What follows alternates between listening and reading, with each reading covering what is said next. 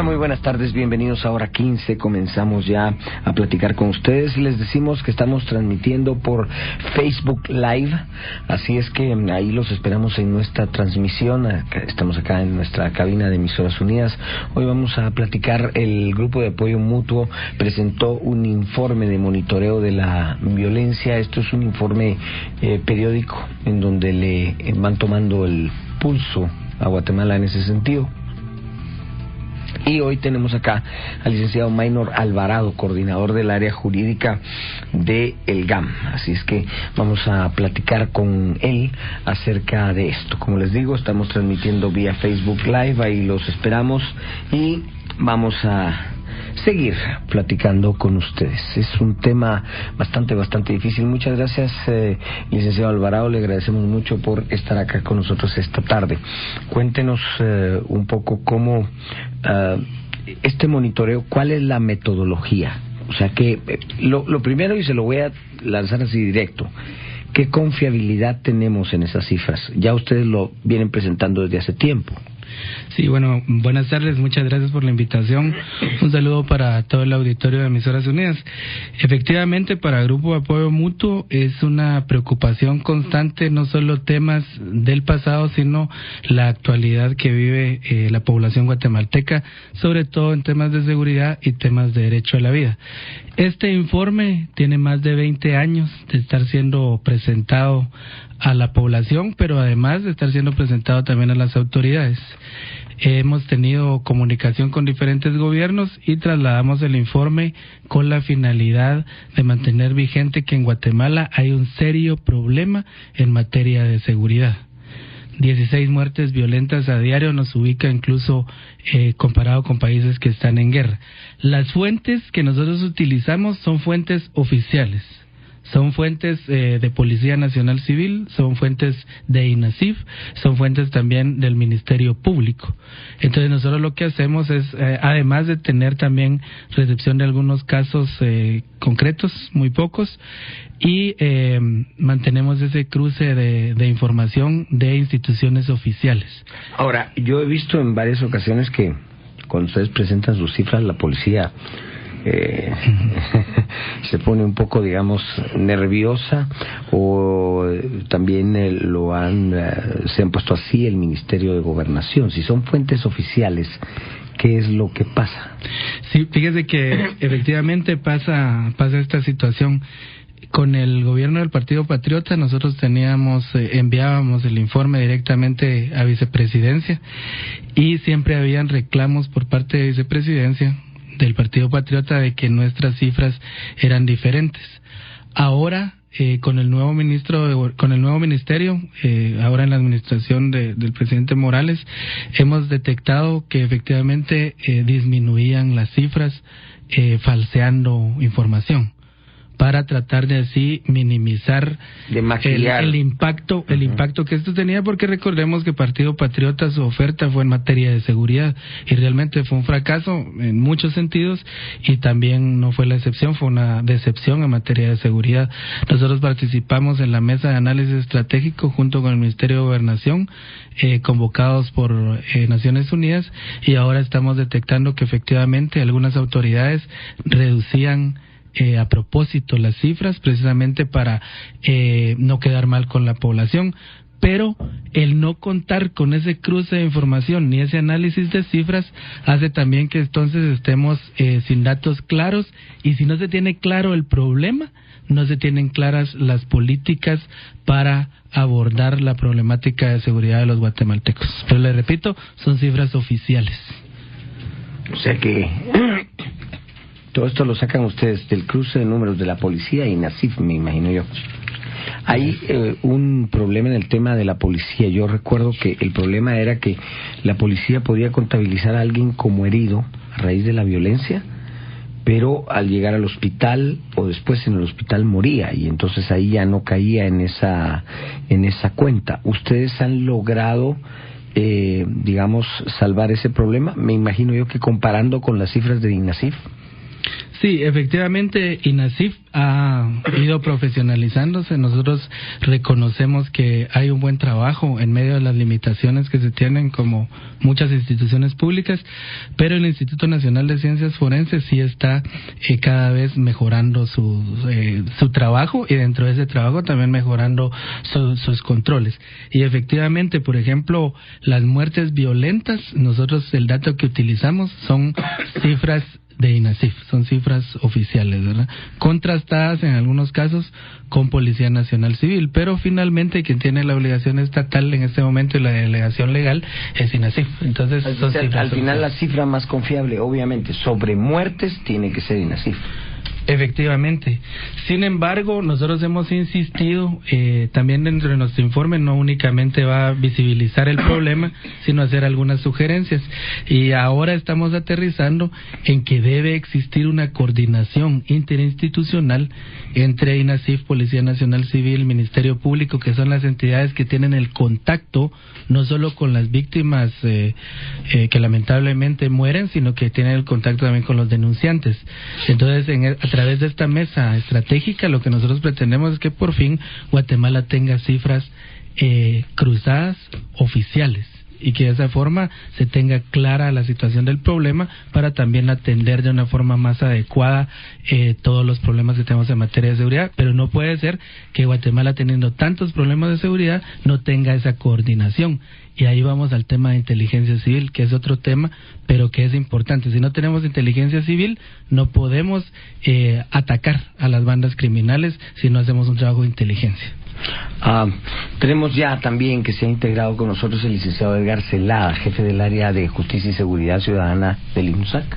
Así es que le agradecemos mucho por estar esta tarde por acá. Licenciado Celada, el tema de las cifras pues no es nuevo, digamos. Hasta ahora nos estamos acercando a una conclusión bastante más cercana a la realidad en el tema de seguridad, pero a este país le faltan cifras del tema de empleo, le faltan el tema de desempleo, por supuesto cifras ciertas acerca de la economía informal, pero reales, y esto pues ayudaría a calificar a cualquier gobierno en su desempeño, pues porque si les aumenta la violencia y se les aumenta el desempleo con cifras claras, pues podemos llegar a la determinación exacta de qué tan eficiente es la política que se está implementando.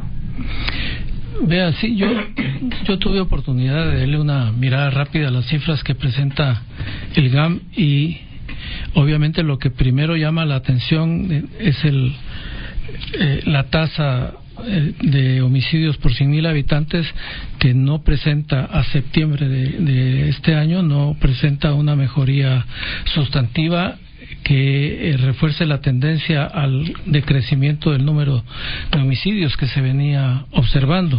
En esto hay digamos un problema otra vez de nuestras estadísticas, y tiene que ver con un tema que usted ya ha tocado acá, es que la cifra real exacta del número de fallecidos a causa de la violencia la tiene indudablemente el INASIF, pero el cálculo para establecer la tasa por 100.000 habitantes se hace a partir de una proyección de la población. Entonces ahí hay siempre el riesgo mayúsculo de que no estemos calculando bien. Obviamente, y no solo este gobierno, sino los dos gobiernos anteriores, a partir de 2010 o 2011, empezaron a, como se dice en buen guatemalteco, a llenarse la boca diciendo que estaba bajando la tendencia de homicidios por 100.000 habitantes. Pero mientras no tengamos un censo y no sepamos con exactitud cuántos habitantes habemos en el país, ese cálculo siempre será puesto en duda. Pero aún así, una tasa de 33 homicidios por 100.000 habitantes es terrible. Recordémosle a nuestro auditorio que de acuerdo a la Organización Mundial de la Salud, una dolencia X en una sociedad que provoca más de 10 decesos por 100.000 habitantes es ya una epidemia. Claro. Y entonces aquí estamos desde hace muchos años en una pandemia. No es una epidemia, esta es una pandemia realmente de violencia, y tiene que encararse esto como un problema integral que no se mide o no se puede medir solamente por el número de personas fallecidas por causas violentas. Digamos que ese es el dato más cierto que podemos contar hasta ahora, pero la violencia no se reduce nada más a los homicidios. Debería uno agregarle, por ejemplo, todas las denuncias por lesiones que debe llevar registrada tanto la Policía Nacional Civil como el Ministerio Público y el propio INASIF. Digamos que los conteos, como bien dice Maynor, los conteos que desarrolla el INASIF son cada vez más confiables. Por ejemplo, los actos de agresiones sexuales están bien contabilizados también por el INASIF, pero las lesiones, no todas las lesiones que sufren las personas como resultado de un asalto o la agresión directa que no terminan en muerte, ahí tenemos una cifra negra que es imposible de calcular, pero con las cifras que se manejan, las lesiones, las agresiones físicas recibidas por las personas como resultado de la violencia pueden con facilidad superar en 1/3 al número de homicidios. Entonces tendríamos que sumar los que resultan muertos a causa de la violencia más aquellos que afortunadamente la están contando, pero que igualmente fueron víctimas de la violencia. Siguiendo ese orden de ideas, licenciado Alvarado, a ver, ustedes hacían una cuenta de una reducción de poco más o menos el 3.5, pero ese es poco más o menos nuestro crecimiento poblacional, ¿o no? Sí, vea, nosotros solo quisiera sumar algo a lo que dijo Edgar. Desde hace varios gobiernos no existe una política de seguridad pública que pueda reflejar un descenso en la criminalidad. Lamentablemente ha ido en un ascenso desde hace más o menos 15 años. Ahora, a ver, todos los gobiernos se han llenado la boca uno tras otro diciendo que la tasa de homicidios se está reduciendo. Y en varias ocasiones yo he visto las conferencias de prensa del GAM y llegan a una conclusión parecida. Pero ahora cayendo en la cuenta de lo que dicen ustedes dos, y si la tasa por 100.000 habitantes, que es realmente la medida que se utiliza o el estándar a nivel internacional, si resulta que hay una supuesta reducción del 3.5, pero si tenemos un crecimiento del 3.8 o 3.5, pues estamos tablas, como dicen. Sí, lo que sucede es que precisamente a eso iba. O sea, hablar de una reducción de un 3.45, que es lo que nosotros hablamos cuando se habla de vidas de seres humanos, realmente eso debería ser mucho mayor. O sea, efectivamente es una reducción y eso se podría traducir en que algunos guatemaltecos salvaron la vida de los criminales, pero no quiere decir que haya una política que realmente represente por accionar de las autoridades, que ojo que no solo es tema de policía, aquí todo es todo un tema de seguridad más amplio, pero es resultado de las acciones del gobierno, ¿verdad?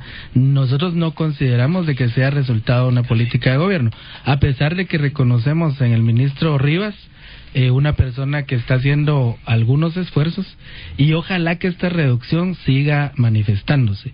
En países que han tenido, como Colombia, una fuerte política de protección hacia la vida, ellos mencionan de que los estándares tienen que ir más allá del 20% para que la población sí sienta, se convenza que es resultado de una política de Estado, no una política de policía, sino que una política de Estado. Pero hay que ir más allá del 20%, porque es necesario recordar que tras cada número de estas víctimas hay una familia en Guatemala que sufre, hay una persona que pierde la vida. Entonces, realmente ponerse a discutir en que si son 3.33 o 3.75%, sí, ese no es el punto. Claro. El punto aquí es que debe ir mucho más allá la protección a la vida para que los guatemaltecos sintamos que efectivamente es resultado de una política estatal y no por esas discusiones que hay entre un punto. Lo que pasa es que la discusión está vigente desde el punto de que las declaraciones oficiales nos dan como resultado que ellos dicen que consistentemente ha venido reduciéndose la tasa de homicidios en el país. Licenciado Celada, ¿podemos llegar a una conclusión real acerca de eso? ¿Están reduciéndose los homicidios realmente? Bueno, creo que deberíamos darle el beneficio de la duda a las cifras, pero tienen esa dificultad básica. En términos de un cálculo estadístico confiable, tiene esa dificultad. No sabemos realmente cuántos somos. Entonces puede ser 33, puede ser 29. En las cifras oficiales, hasta donde yo recuerdo, la tasa la estaban cifrando más o menos en 29%.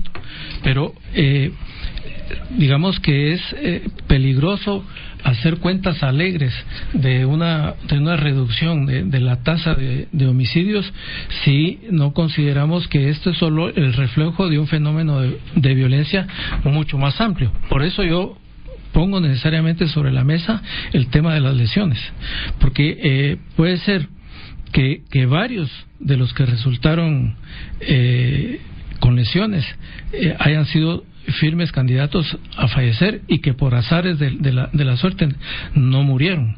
Ahora, ¿cuáles son los factores que incrementan el número de homicidios? ¿Por qué la violencia se expresa de manera tan cruda en los homicidios? ¿Y cuáles son aquellas cosas que debería o podría hacer un gobierno, cualquiera, no sé, el anterior o el que venga, para reducir esta tasa que de todos modos es terrible? Bueno, hay cosas que no se están haciendo, no se han hecho, o algunas se están empezando a hacer. Por ejemplo, una alta incidencia de homicidios tiene que ver en los casos de extorsión, en los casos de peleas entre pandillas. Entonces, este aspecto parece que lo está tratando de atender adecuadamente este gobierno. Uno debería suponer que a medida que le den golpes estratégicos a las pandillas, van a reducirse los casos de homicidio. Esa es una hipótesis, pero cuidado, puede ocurrir lo contrario, que precisamente por la desarticulación de los liderazgos en las pandillas se generen disputas por ocupar los espacios que tenían las cabecillas y entonces se incrementen los homicidios. Esto solo puede ser objeto de un análisis criminalístico muy detenido que no estamos en condiciones de hacer en este momento, pero uno no debe perderse en eso. Si usted inicia un combate como el que se está haciendo frontal a los extorsionistas, a los jefes de las clicas, puede producir dos efectos: o uno, reducir el número de homicidios, y otro, que es el contrario, incrementar la violencia por la disputa de liderazgo o control territorial. Esa es una. Y la otra, que no ha hecho ningún gobierno o no ha querido hacer ni el anterior al anterior, ni este, es el relativo al control de armas y municiones. El 80% de los homicidios ocurren con armas de fuego. Y recuérdese usted, haga un esfuerzo de recordar qué acción sostenida ha desarrollado el gobierno en los últimos 10 años para reducir el uso y tenencia de armas en el país. No hay. ¿Legal o ilegal? Es que son dos cosas diferentes.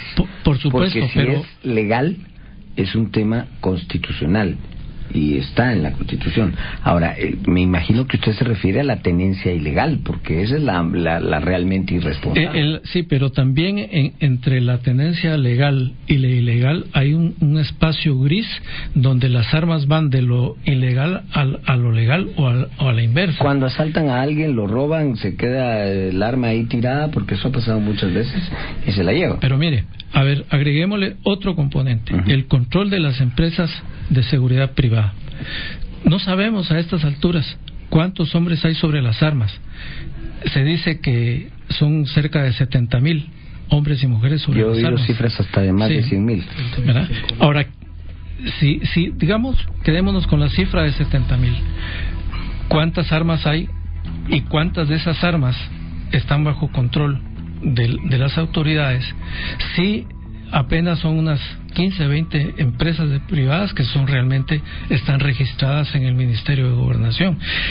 A donde voy, y tiene que ver con lo que decía Maynor, es que necesitamos una política de seguridad integral que atienda todos los aspectos. Aquí le estoy tratando yo solo 3 aristas de los hechos que pueden incrementar los homicidios en el país. Bien, vamos a hacer una pausa, pero regresamos de inmediato.